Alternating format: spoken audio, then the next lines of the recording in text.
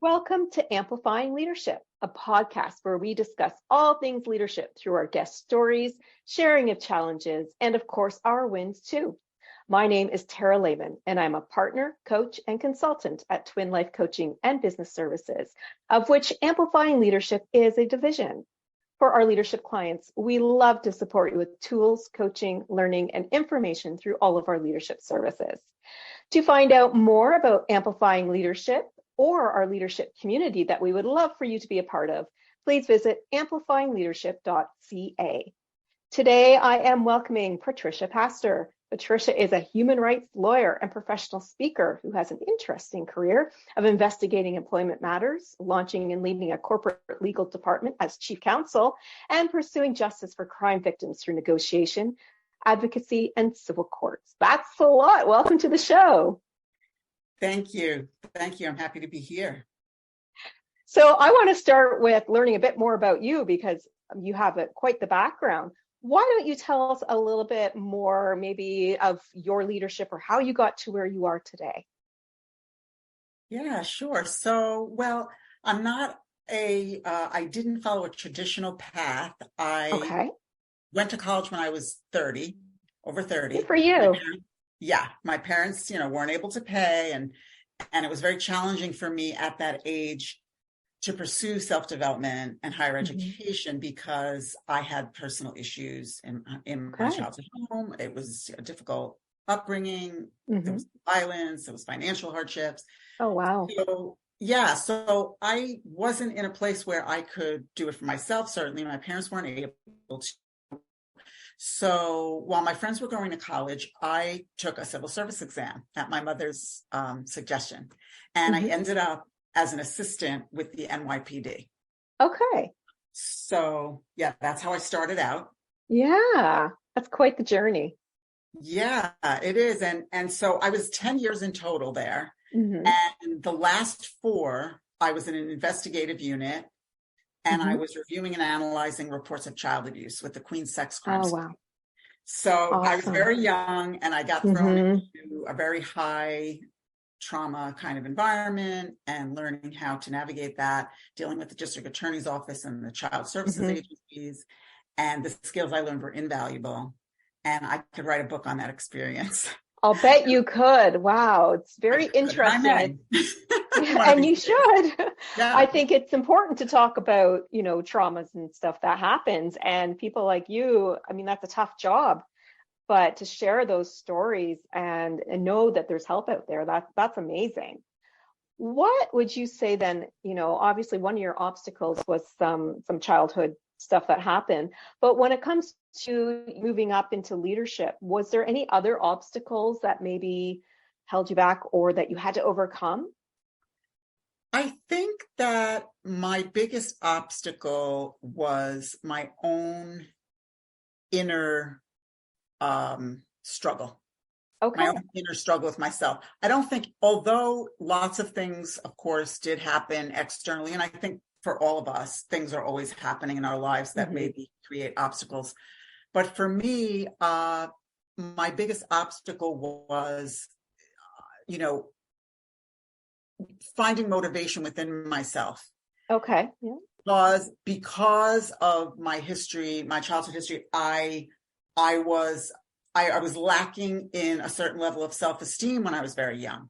So I really had to look for support, and I had to find a way to change the way I think and the way I go through life and my concept and my overall vision before I could become a leader.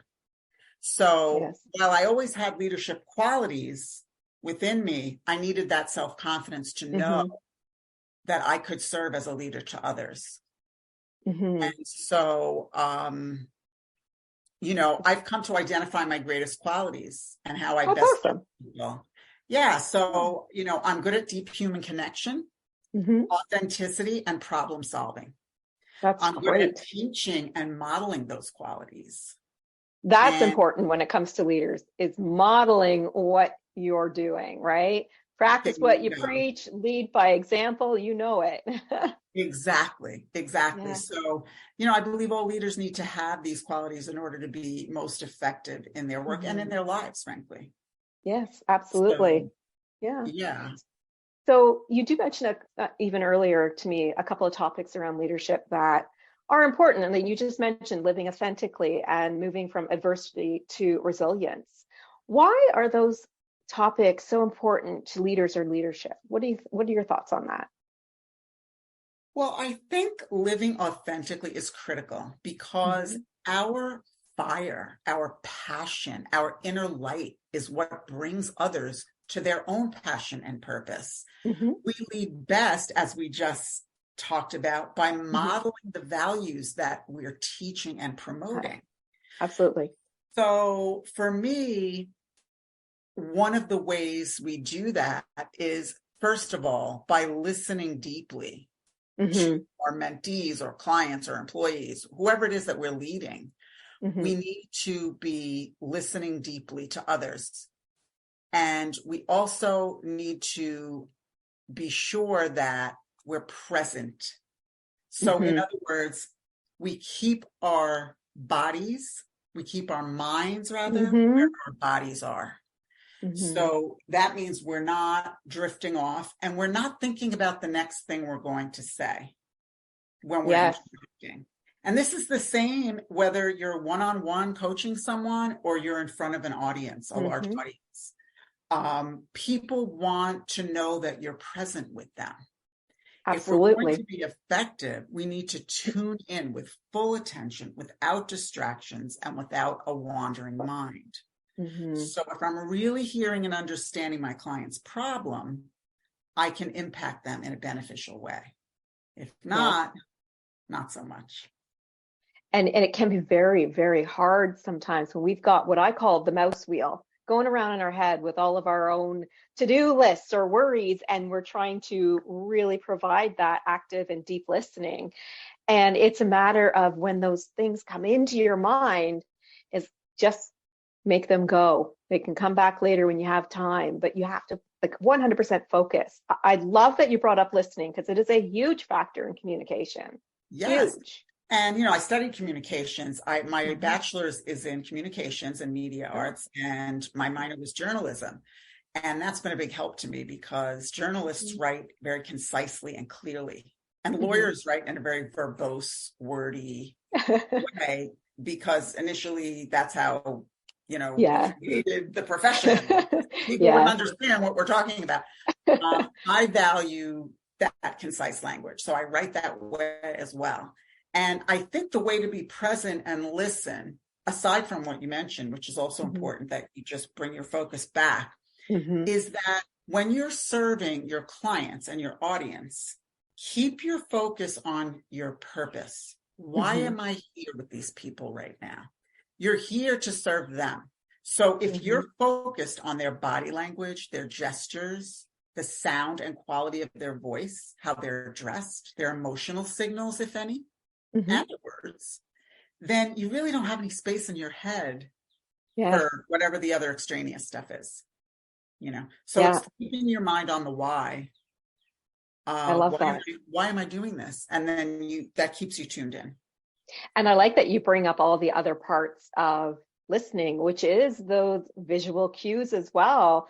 And that's not just about the audible ones, but the visual ones. They're so important because you can read a lot out of body language. I mean, if I wasn't sitting here talking to you and I looked mad, we wouldn't be having such a different conversation. It would be very different. So I 100% love that you brought all that up about listening and being authentic and with purpose. The purpose is such a great word, perfect word to use for that. Yeah, and I call those actions of being aware of body language and gestures and tone of voice, I call that being present. I call it presence. Yes. So it's deep listening and then it's presence, because listening is just your ears, right? And then presence means I'm with you. Feel me with you. So that's very important. It's not just the ears. We have to be with the person with all of our senses. Yeah, I 100% agree. And I love that you brought that up. It's very important and a key skill. And it does sometimes take practice to learn and grow that skill. So it's like a muscle, right? You got to keep working it. Absolutely. So I know that you had a couple of other topics, subject matters that you'd like to talk about. One of them being transformation leadership, and they're important as leaders. So maybe feel free to share a little bit more about why you feel that's important. Yeah, well, in terms of transformation, I think we bring all of our characteristics to our leadership work. Mm-hmm. So we bring whatever positive traits we have, and we bring some that are not so positive. Mm-hmm. So it's in our best interests and the best interests of the people we're leading if our most helpful traits are the ones we're radiating out into the world that will impact them. So we want those we lead to see us at our happiest, most impactful, and most grounded. Mm-hmm. That's how we're going to be effective. So to lead, we need to bring our best self. And I think we intuitively know this. So because of that, many of us require transformation if we want to be our best self. An example of this would be, I work in sexual harassment and sexual assault, those types of things. So this is obviously a stark example. There are some that are not quite as noticeable and extreme, but I think it applies across the board. So a business client had an executive who was very important to the company, who brought in significant business. He was a big revenue generator. Companies today, they'll know that profits may be top priority, but they can't be the only priority, right? How a leader behaves, how we behave in a workplace is critical to the success of the company. It's going to impact that company's reputation among potential employees, among investors, and the general public when that's applicable. So the paradigm doesn't fly anymore of I can act the way I am because I'm the big shot and I make all the money and I bring all the business, right? Yeah, that's right. So there was a particular executive engaging in conduct that I would call bullying type conduct, borderline harassing towards females. And this wasn't a one-off thing. This was a consistent, ongoing type of behavior that was happening. And I was asked, in this case as a lawyer, to speak to the executive because they really wanted to salvage that professional relationship. Again, he was valuable, but his behavior simply was intolerable and they weren't going to be able to continue with him. And I was able to effectively work with him. Oh, awesome. And he was able to change that behavior. So that brought in another leadership area for me because now I offer coaching for executives who may have some of those problematic behaviors and not aware of it or not able to see it clearly enough to make changes. The unconscious. Sometimes it's just the unconscious. Sometimes it's not, but sometimes it is. Well, listen, I think we're all traumatized. And a lot of times people who engage in bad behavior are engaging in that because of, as you said, it's an automatic traumatic response to their own history.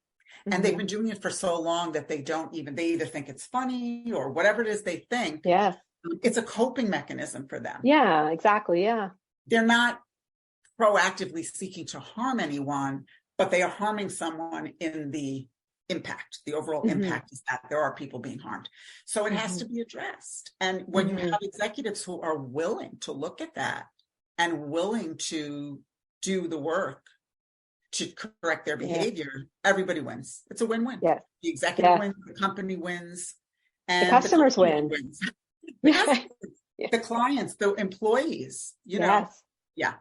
Yeah, absolutely. I like that. And that was a great example too, because sometimes it still happens in business, these types of things. And if even just us having that quick chat about it means someone's unconscious becomes conscious, then they know there's help out there.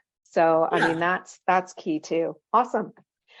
What do you feel then is the biggest part of leadership to lead effectively moving on from what we've already discussed, there's another big part that you wanted to share. Yeah, I mean, I think there are a lot of things, and obviously we could talk forever about the things, but I think that one thing I would say is that, leading authentically means I speak up when something is wrong or goes against my values. Not every little slight, but when there's intolerable behavior. Yes, absolutely. And setting boundaries is very important. You can't, I have an open door type policy. That doesn't mean someone can come in and just talk forever. You have to, limits are, it's just like with a child, when you're a parent, people want and need those limits. We function better with those limits, and a good leader is going to set those kinds of limits. I remember having an open door when I was leading a distribution center up here in Canada. But there were times when, it would be, what is it we need to talk about? Because I only have about 20 minutes. My door's not always open because I have meetings, which is something else that we need to talk about in another podcast. But all the meetings we don't have, but having that open door with boundaries was very important to allow the schedule even to continue with everything else that was going on. So boundaries, I agree, and work-life boundaries too, I think, need to come into there as well. I mean, we all need it, right? We definitely do. Yeah. So I'm going to add a tip for everybody listening. It's coming to the vacation time. Take yours. Unplug. Take your vacation. As leaders, take your vacation. It's important. Absolutely. And I would say that the one final thing I would say is that I think you have to consider self-inquiry, no matter who you are, where you come from.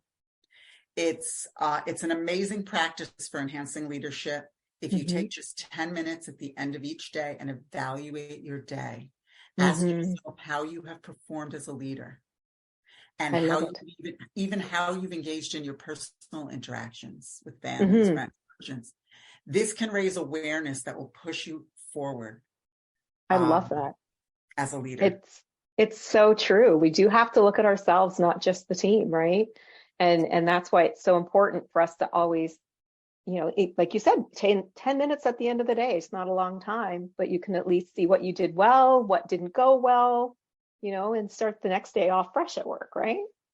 Absolutely. If we're not showing up the way we expect others to show up, nothing we say, that old saying, do as I say, not as I do. It's a discipline. That doesn't fly in leadership. That's not a leader. That's not a leader's adage. What we do is we say, do as I do. And we model the behavior that we're looking for. If you want someone to show up on time, you show up on time early and do it every single day. Yes, I talk about that with meetings. Time management means you're also on time. You're not going to host a meeting and be late for it. You're going to be on time every time, right? It's so important. And it's respect too, which is another key aspect of leaders, is having that respect. Yes. So I want you to consider everything you shared with us today. And I want you to give us that action that we could potentially take, say within the next 5 days, to get us started to one thing that would be, to your key of leadership that we could start within the next 5 days. What would that action be? I mean, I would say that if you get yourself a little journal and you start with the 10 minutes a day, evaluating your day, and write out what you've discovered, that will be a great start to get you on your way. I also would recommend that you choose 3 resources for yourself. And this goes into the adversity, moving from adversity to resilience, which is another area I speak on. In order to be our best self and be the best leader we can be, we need to have resources, which means we need support. Yes. We need something holding us so that we can hold space for others right? So if we're the leader, we've got to be in the best condition so that we can lead others. So resourcing, choose 3 things that help you have your best day. I love that. Best. So whether it's this, and the way you find those resources is you just think about your senses. What do I want to see? What do I want to hear? What do I want to smell? What do I want to touch? What do I want to taste? Yes. So you can choose 3 things. You can choose a scent that you love to spray. You can choose a fabric, a scarf that you want to put around yourself. You can choose a piece of art that you're I like that too. On your wall, or flowers that you're going to have in your office. And if you start with resourcing and getting in the practice of resourcing, you will find that your days are happier, more grounded, calmer, and that makes you more effective as a person and as a leader. And I like that you talk about the 5 senses, because they are how we live, and they are how we can find more happiness and balance in our lives, is by using our senses and our resources around them. So that was an amazing end to our episode today, with sharing that. 5 senses, people, don't forget about them. So thank you so much. I'm wondering if you wouldn't mind sharing how our guests could get a hold of you if they had any questions or wanted to learn more. Absolutely. So I can be reached at my website, which is traumainformedjustice.com. You can also contact me via email, patricia@pmpastorlaw.com. And you can also connect to me on LinkedIn, which you can just, I think, type in Patricia Pastor, and you'll probably find me that way on LinkedIn, since I don't know how to read out the URL. So that's okay. They'll be able to find you, and Absolutely. Probably based on your career history, they'll know it's you. Yes. So that's it. All right. Well, thank you so much for sharing your experiences and tips. Thank you, Tara. A big thank you to our listeners. I do hope you are taking away a few tips to enhance your leadership today and over the next 5 days as well. If you are new to leadership, or a seasoned leader who knows that leadership coaching, consulting, or learning are ways to grow on your leadership journey, or perhaps you want to join our leadership community, then please visit us at amplifyingleadership.ca, a twin life coaching and business services division. Until next time, please be safe and be an amazing leader or leader to be.